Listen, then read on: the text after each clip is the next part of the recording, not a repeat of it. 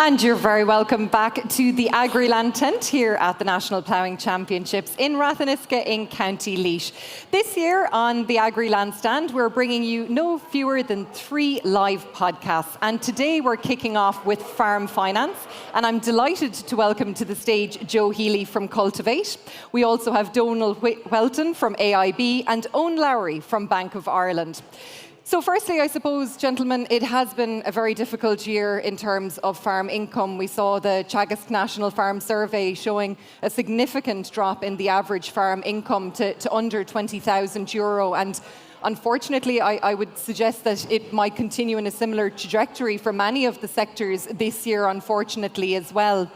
I suppose against this backdrop, we have very high costs, we've lower outputs, we had the challenge of the weather, we had a lot of farmers out there who were, of course, maybe feeding more than they would have in previous years. We had poor grass growth and everything. But thankfully, we have the sun shining today, so hopefully we can find some light at the end of the tunnel, so to speak. And look, Joe, I might start with yourself, and I might go through all of the panel, and just to see from a Cultivate point of view, firstly, what are you seeing from your farming clients at the moment in terms of farm finance out there? I know that cash flow has been a big talking point this year so far, and how it's getting very tight out there. Yeah, I think in your opening there, Aisling, you have highlighted a lot of the issues.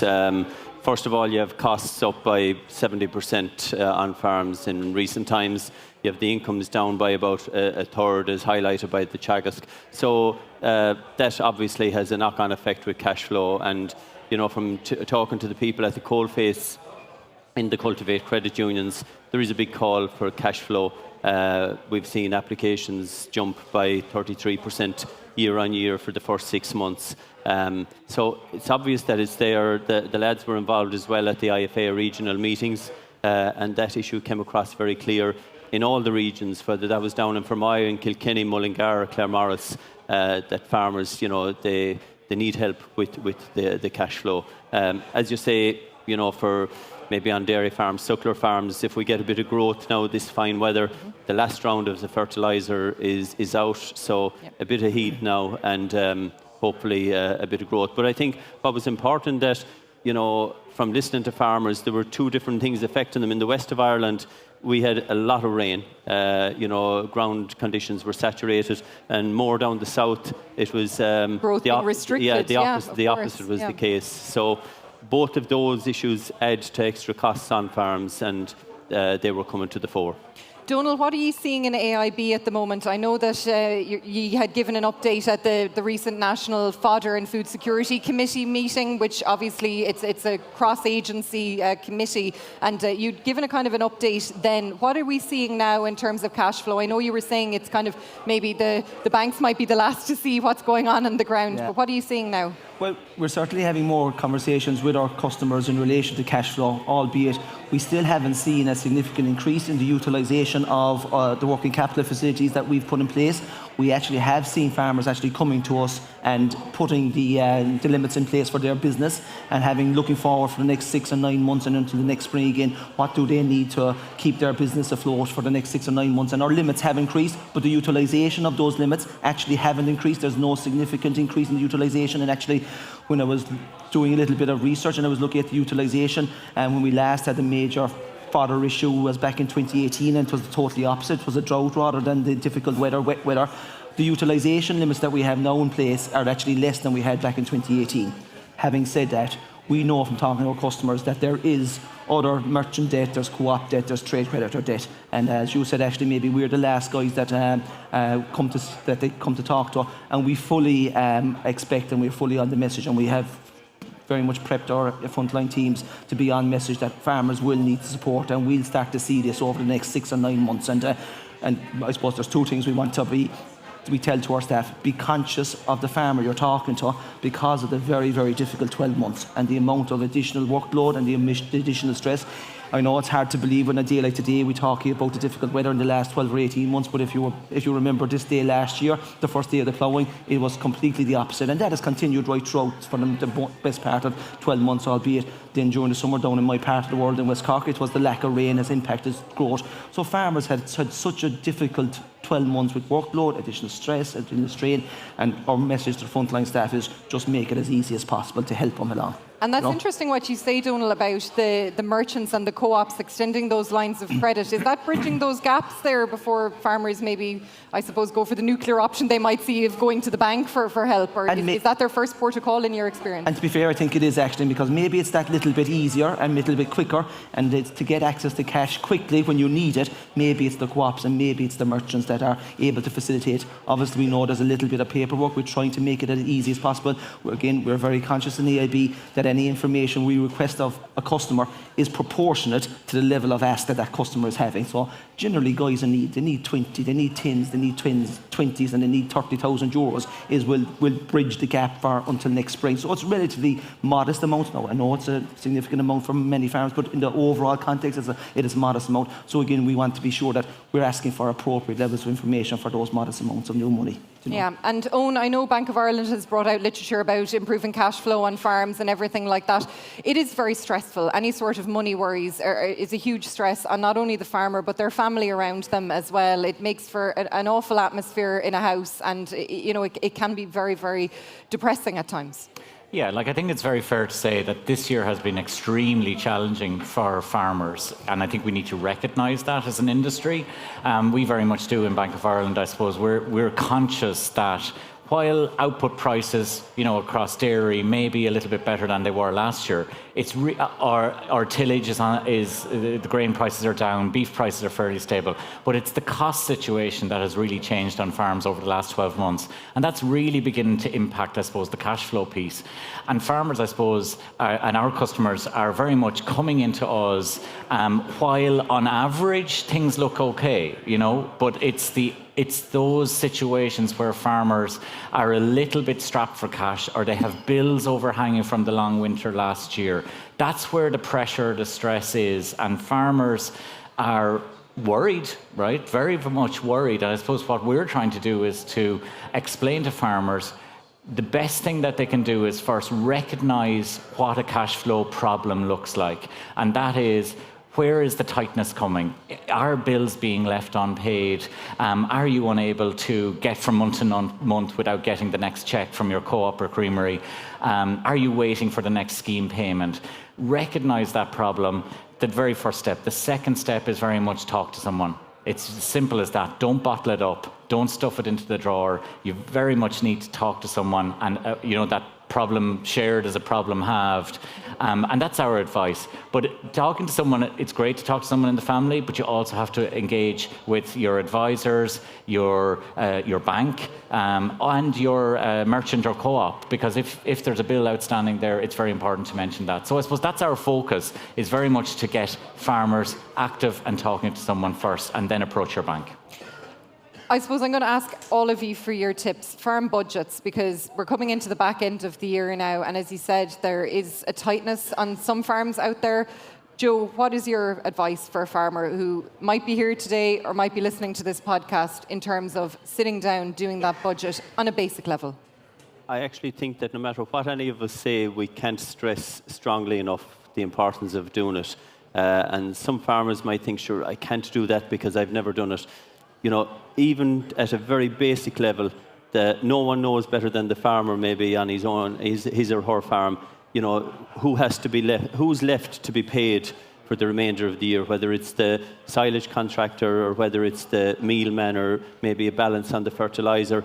To jot down all the outgoings that he or she expects for the remainder of the year, and to look then at the incomings, whether if it's a dairy farmer, the estimated milk checks that will arrive in, or the grants that might have to come in, the single farm payment, etc., or a beef farmer or a suckler farmer, the sales that they're likely to have between now and the end of the year. And even that alone will give them a good idea of what they need to get in, and the balance that they might have left to pay maybe loans. Like a lot of farmers would have loans that they pay off twice a year, maybe June and the end of the year. Those have to be paid, plus the fact family living expenses as well. And there's always the the repairman that has to be called in for something unforeseen. But I think that you can't overstate the importance of doing a budget, and it's there in the mind. Then when you have it written down, it's there in the mind. The likely, and I'd encourage people to maybe get a bit of help with it, with the local Teagasc advisor or the consultant or their accountant. But very, very important to do one. What are my options, Owen? I've done my budget and I'm thinking I could be in trouble here. What are my options? Well, I think the option, the sooner you do that budget, the sooner that you know whether you're going to be in that bit of trouble or not. And the lads will say, talk to the financial institution on time. We continuously remind our customers, to go in and talk to their the person that they've dealt with in the credit union through Cultivate, to get in to meet them and to tell them what they're likely to need by the end of the year. And if there's any other information, then that they're able to get it on time, and that press isn't coming down. We say in farming, never be a forced buyer or a forced seller. In this case as well, try not to be a forced borrower, because, go about it in time.